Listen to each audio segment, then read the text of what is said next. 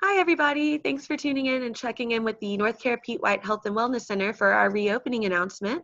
We've got a panel of people with us here today to help us celebrate the reopening and talk about what we're going to do next. So with that in mind, I'd like to go ahead and do introductions. We're going to start with Mayor David Holt. Hi, I'm David Holt. I'm the mayor of Oklahoma City. Thank you for having me today. Thank you.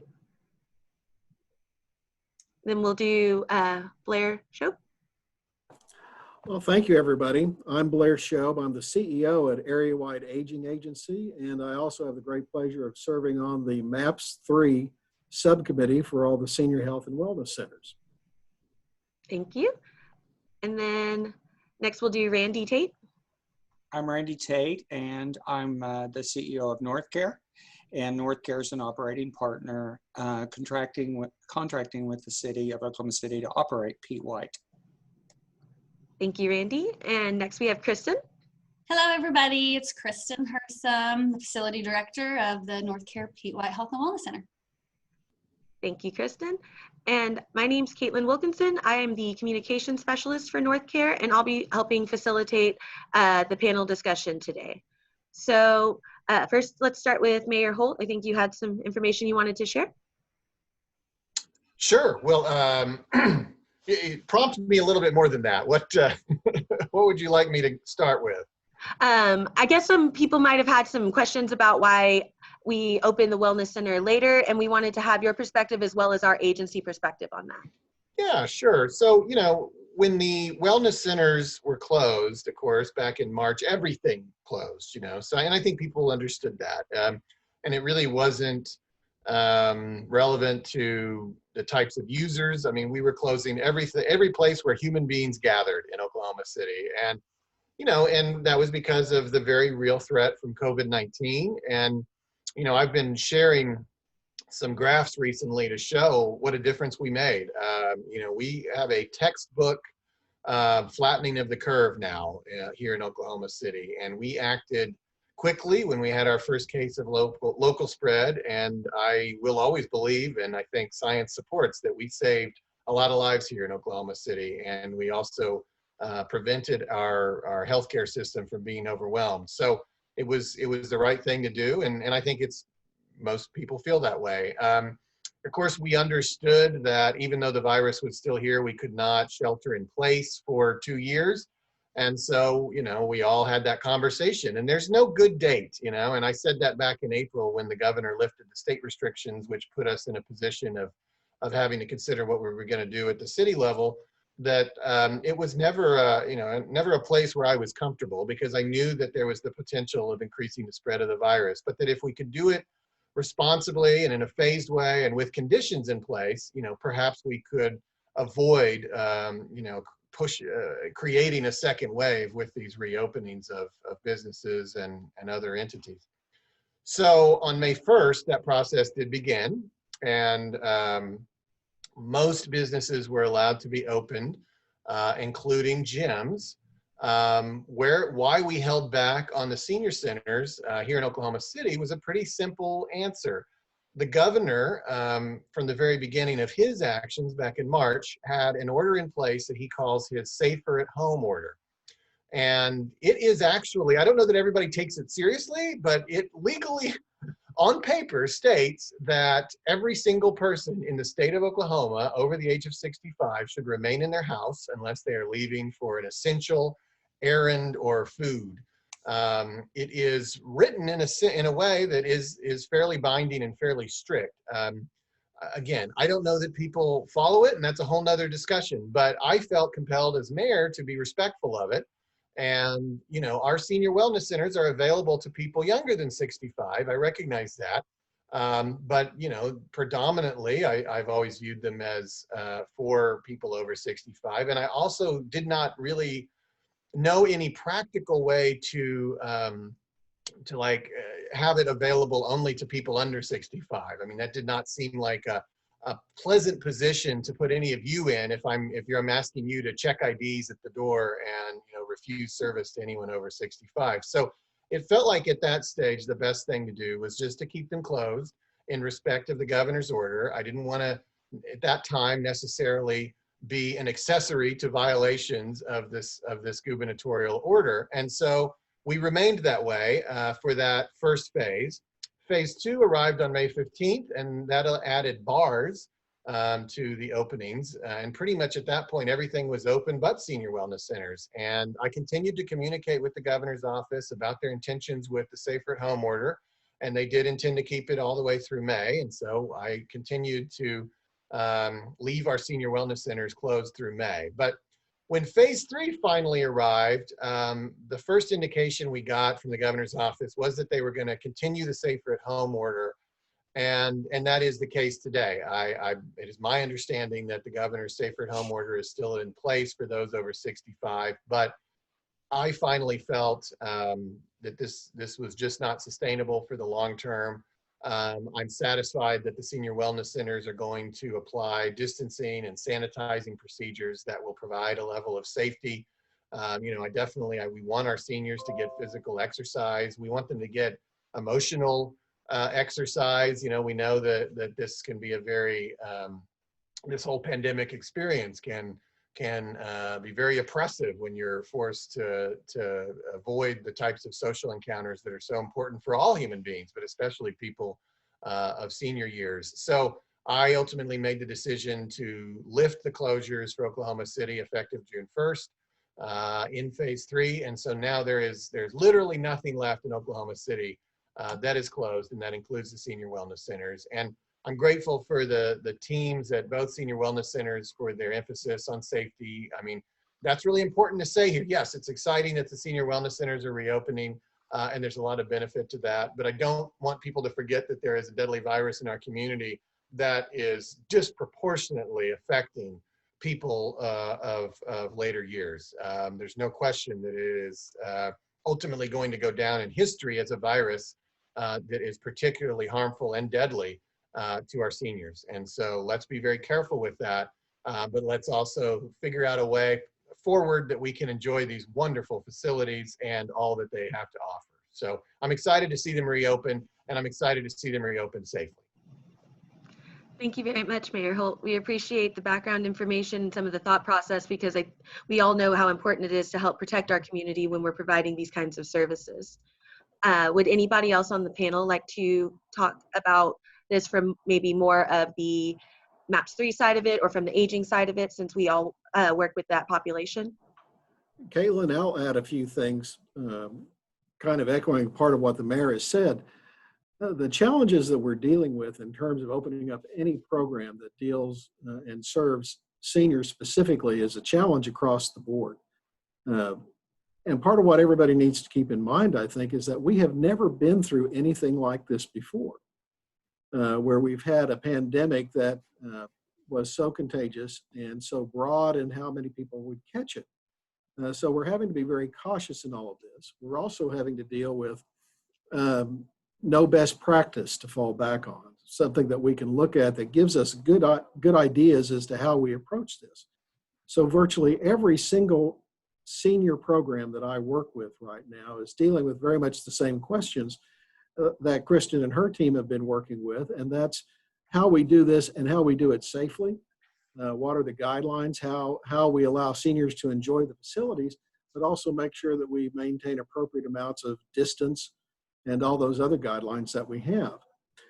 I want to commend North Care and Kristen and her team for taking the right amount of time to figure this out. I can tell you from my end, it is not easy. There are challenges across the boards. We still have challenges in this community getting adequate amounts of personal protective equipment. We still have challenges getting disinfectant supplies. So there's not a piece of this that is being overlooked, and there's not a piece of it that seems to be coming together with any great deal of ease. So I'm excited to see it reopen next week, and I want to thank Randy and Kristen for the leadership they've exemplified in pulling all of this together. Thank you very much, Blair. Kristen, do you have anything to add to this discussion?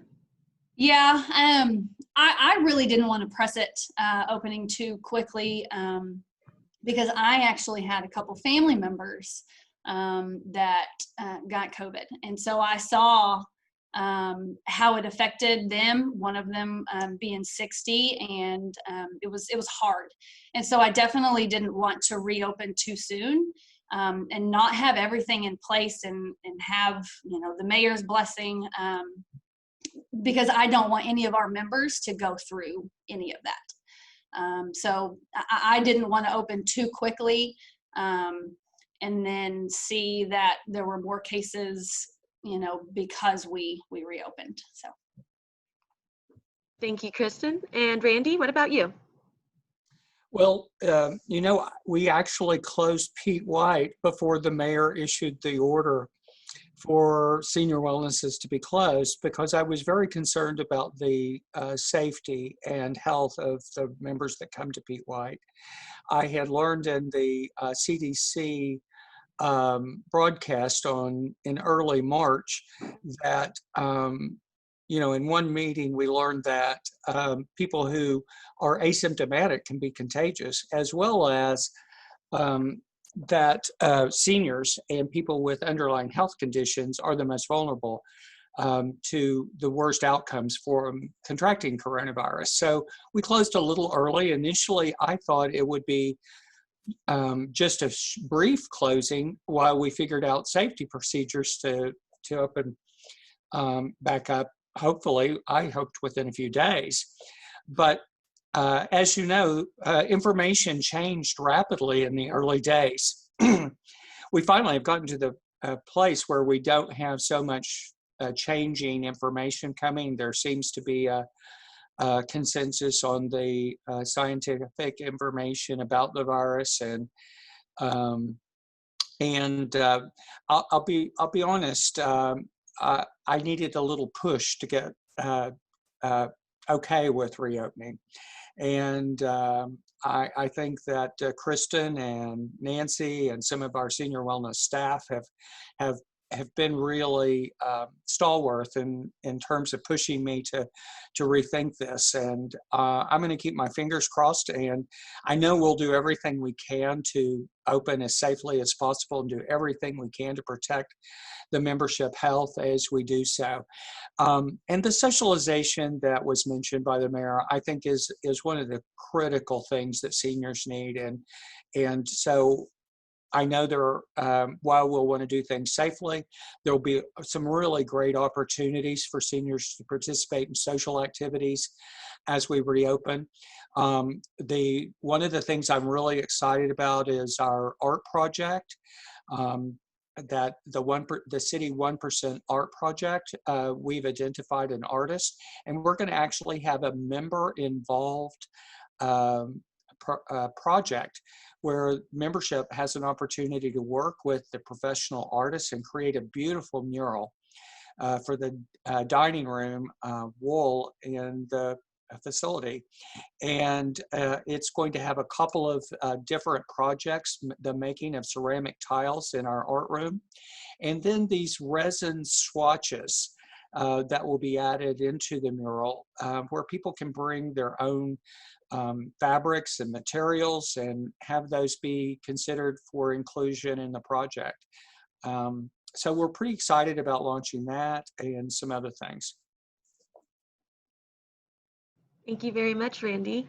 And I know that we have full plans to outline for the reopening of the center, but just before we hop into that real quick, I wanted to ask you all what you all have been doing for the members in the meantime. So Kristen, would you like to take that one? Sure. So in the beginning, we wanted to make sure that we stayed connected to the members. And so our group exercise instructors, as fabulous as they are, jumped right on board, even though they may have been a little bit uncomfortable doing Facebook Live classes. They did it. It's different getting up in front of somebody and teaching a class and then having it recorded and set out there on the interwebs forever. So we have been doing Facebook Live classes, lots of different variety of classes. Very, very grateful for our fitness instructors that they did that. We have been doing cooking demos weekly. Our fitness coordinator has been doing a well power moment each week, just kind of touching on the 8 dimensions of wellness. just trying to keep them engaged as much as we could with them being isolated at home. We did, a few weeks after closing, we have our SENA grant and wanted to be able to provide our lunches again. And so we had our cafe staff from North Care start prepping boxed lunches, and started that in April. So we were able to provide lunches 3 days a week. They're able to get out of the house, see us. We're able to see them just driving through, saying hello. They were always excited, as we were, to be able to see them. So those are just some of the things that we were trying to do to stay connected while all being at home. The other thing is the facility was not empty. We managed to use this downtime for other good purposes. The health clinic within the facility stayed open, but we also allowed other public spaces to be expanded upon by Variety Care. As you know, Variety Care has a maternal health project, and that was operated within a clinic that probably wasn't as it needed to be more protected, the maternal health piece. So they actually moved their maternal health services into the Senior Wellness Center to keep those safe from otherwise being in a clinic that may be treating people with active corona or other things. They moved out on the Tuesday after Memorial Day so that we could reopen. But it was nice to know that the facility did have a good purpose while it was closed to seniors. Thank you very much, Randy. So I guess without further ado, we could start with the reopening plans. Kristen has a full setup lined out, so I'll let her take it over from here. Sure. And we will have this on Facebook, on our website. We'll be shooting an email out to those that we have in our membership database for an email. But we are super excited to announce that Wednesday, June 10th, we will be reopening. We will be limited as to what we're going to be offering, but the most questions that we have received have been, we need the pool. And you're in luck because we're opening the pool. Everything, like I said, we are going to take all the precautions that we can. So we're going to have temperatures taken at the door every time you walk in. So just know that as you're coming into the facility, it may take you a little bit longer to get in, just because we want to make sure that nobody has a temperature and is symptomatic coming into the facility. So all members and staff, when walking around the facility, will be required to wear a mask. So if you are coming to the facility, if you have your own mask, please bring it. We will have some that we will be able to provide as long as we still have them. So if you have yours, please bring your own. We will have a waiver just for you to sign on the first day, just going over precautions of COVID and kind of what we're going to be doing here. Let's see here. We are requiring the social distancing 6 feet rule. Water fountains, so we have regular water fountains, and then we also have some bottle fillers. So we are going to close off the regular water fountains, but we will have the bottle fillers available. So phase 1 will only be our social and arts and crafts, educational classes, the pool, and walking track. So our water aerobics classes we will still have, but our land aerobics classes we will not during this first phase. We don't have an actual date set as to when we will move into phase 2. We kind of want to see how the first week goes.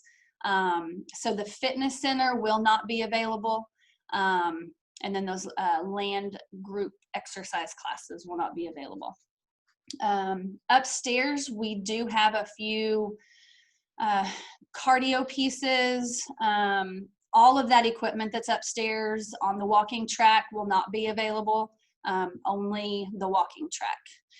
While you're walking on the track, we're not going to require you to have your mask on.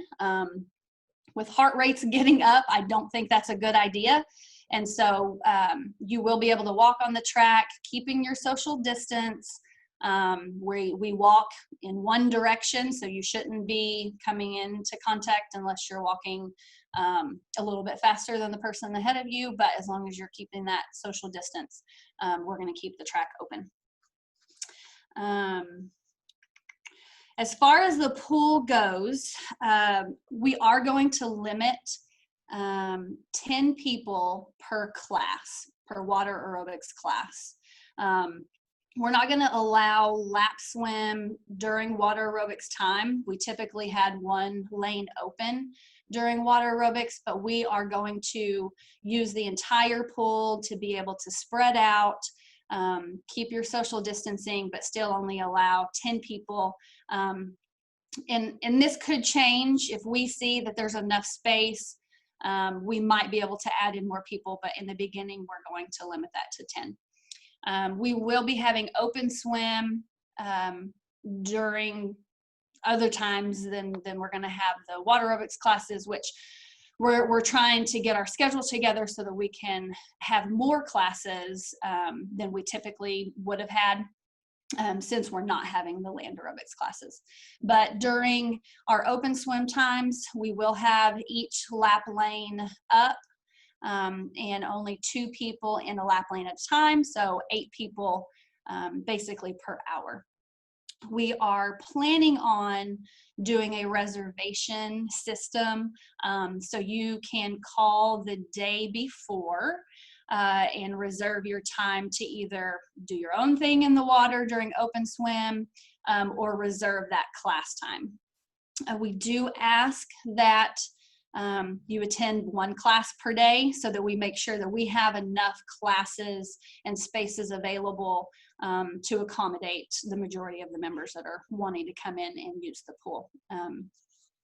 You will not be required to wear your mask in the pool. The locker room situation, as you know, are tiny, and so we are only going to be allowed to have 4 people in the locker room at a time. So this is no different than any other day. You're going to have to space yourself getting out of the pool. We are recommending that you come in your swimsuit. And then if at all possible, it's summertime, so it's hot. If you can towel off and leave and get in your car to go home and change and shower, that would be best. If you do need to use the showers, we do ask that you disinfect. We're going to have some spray for you to use before and after. And any equipment that will be used in the future, we will be cleaning before and after each use, and ask that you also clean as well, just to make sure that we're keeping everything clean. Let's see. Kristen, do you mind if Randy tips in? Yeah, absolutely. The other thing is we will have professional disinfecting services in the evening. We've been doing that throughout the time of the closure with Variety Care's use of the building, and we will continue that for some time.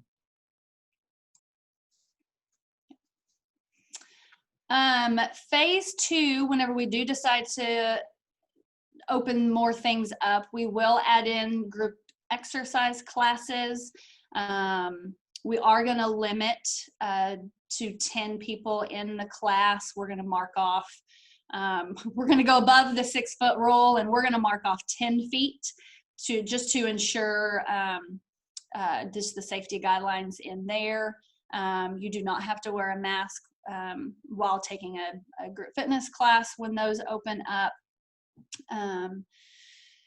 And then kind of the last I guess in the second phase still, but we're going to be looking at the fitness center just because it is smaller and that equipment is packed in there. We don't want to open up too soon and there be 5 pieces available for people to use. But whenever we reopen that, everything will be disinfected very regularly.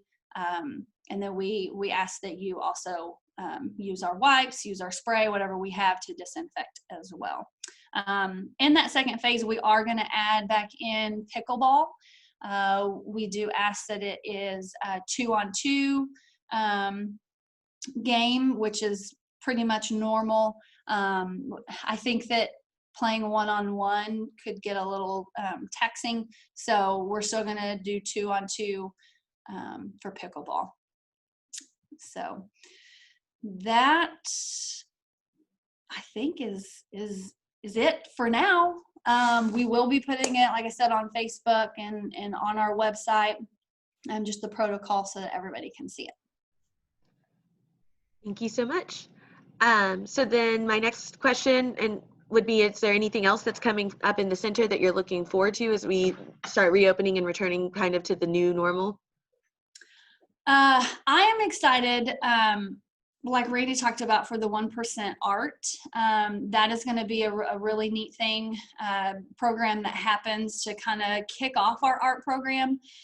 We are in the process of hiring an art coordinator, which I'm really excited about, to be able to offer more arts and crafts throughout the day, just to keep that social engagement going. Thank you. Anybody else know something coming up that you want to share? Well, I'll just add more from a bigger picture. I heard the reference to the locker rooms, and I believe we've got help on the way there, right? Yes, yes. And of course, we're excited from a city perspective that we have 2 more senior wellness centers under MAPS 3 yet to come, hopefully breaking ground on those soon, one in Far South and one in Northeast.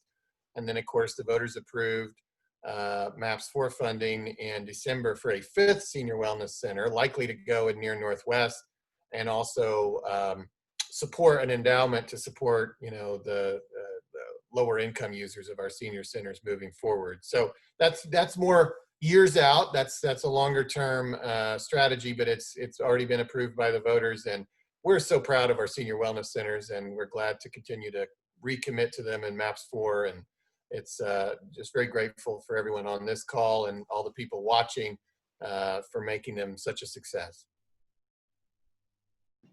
Thank you, Mayor Holt. Randy? I'd also like to thank Blair Shope, one of the advisory board members for the MAPS Senior Wellness Centers, and to our mayor for joining us today and helping us kick off our reopening. I want to thank you both. You're welcome. Any final words? We're excited to see everybody. Well, thank you all for joining us. It was a pleasure having you all help us announce our reopening plans and kind of explain some background. And we look forward to sharing more information as we get open. Thank you. Thank you. Be well.